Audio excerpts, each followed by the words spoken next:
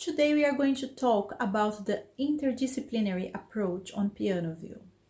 First of all, if we think about folk musics and traditional musics we learn when we are very little, melody and harmony are very simple. The structure is very simple. Also, the text is very repetitive. And why is that? All the simplicity and repetition are very good for children to learn and memorize it. And then when we are adults, we still remember it. And not only that, with the oral tradition, those folk musics, folk tunes and stories go on and on and on from generation to generation for centuries. Yes. Also, if you think about picture books for children from 0 to 5 years old, the illustrations are conveyed to help to complement the text, or sometimes it's not even just a complement, is as important as the text as well, as much important as the text as well. So how can I use that on a piano book? How could you make other connections using text and story and illustrations? So then I thought about the family system. Yeah, the family is the old institution we have in our society. So a child understands well about how a family works. And then why not get all the notes and call them a family, like who live all in the same house, made of 2 staves. So that's the idea behind Pianoville. So all the notes, middle C, F, G, A, B, C, D, E, F, G, all live in the same house, and how they are related to one another. Then here, let's start with middle C. We have middle C, his parents, pets, and grandpas. Grandpas also live in the same house. So middle C, if you look at middle C's hat, it looks like a ledger line. Yeah? So as this is how we write middle C. So when you're teaching on the stave for the child, you're gonna remind her, look, this is middle C's hat, remember? So middle C's hat. So we remember this is C. Okay. And middle C is always wearing his hat. And his parents have rooms in the house very close to middle C.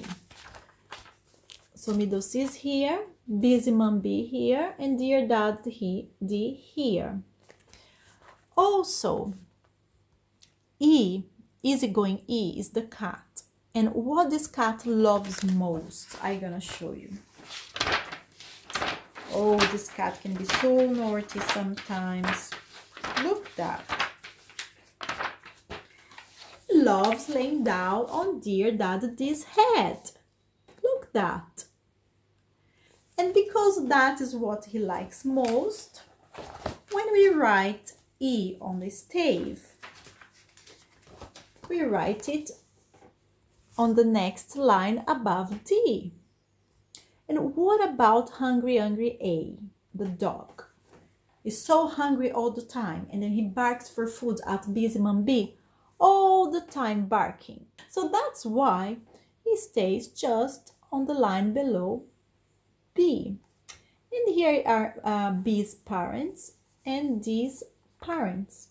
Okay, so you can use your imagination to get with the children and make up continuations for this story and making up more stories as well about what is going on. Here we have an explanation about each of the characters. Okay, and if you see as well, each of them highlights one finger, a particular finger. So we have a plaster on middle C. Okay. This plaster will show, okay, middle C, thumb. Because at this very beginning, most fingers will play a specific note, which is fine. What is not fine is to associate a number with the notes. because then the child, it happens quite often, the child will call the note by its number and not by its name. We're gonna look at the stave on the paper, on the stave, and call the note a number instead of a name. So this is really important to highlight. So middle C will be played with first finger, with thumb, Dear Daddy D with the second finger, Busy Mom B with second finger as well. Look her necklace where it is. The cat with third finger, E, middle finger here. Okay, and then this helps quite a lot as well when finding the note. Other thing, for example, on this music, Busy Mom B and Dear Dad D go for a walk. We're going to play D on the treble clef, B on the bass clef together. And if you look here at the illustration, the second fingers on both are pointing, are on the same direction, yes, they're pointing to one another, and thumbs are together, exactly like the child's position is going to be on the piano, yeah? So how it's going to be? So let's see if you can see from here. You're gonna have both thumbs on middle C and B and D with your second fingers on both hands, exactly like on this illustration, exactly the same. So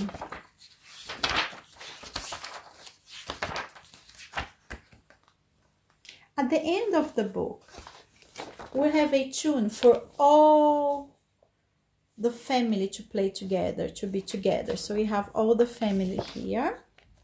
And before you play this last music, you're gonna ask the child to draw, make a draw about all the family together in a family gathering. So they can play all the notes here.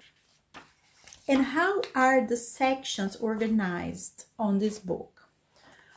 First, before I introduce the notes, we need some theory background, of course, so they can start reading on staves, talking about the notes and the story about the notes, and then we start introducing notes on the staves.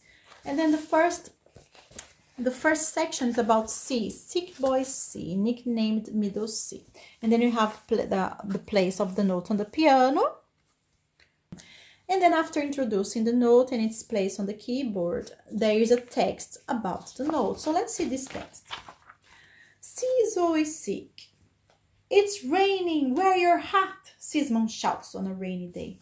The sun is out, wear your hat, Sismon shouts on a sunny day.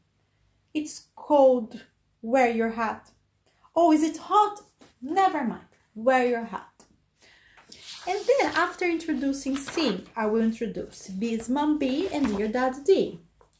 Show the place of the notes on the keyboard. There is a text about a story about them as well. And then now we start with theory elements, concepts. So first comes the theory concepts before the practical part of the book. So remember, we talked in another video about not mixing up pages with music and music theory. So because of the visual pollution was too much, yeah? So no, theory comes first and then musics. And so on and so on. The other chapter is going to be always like that, introducing two notes. And then E and A, the pads, and then F and G on the treble clef, F and G on the bass clef. And theory always before. And also gonna have some extra exercise, do it or yourself, about what we've learned about theory. So that's the overall structure of the book.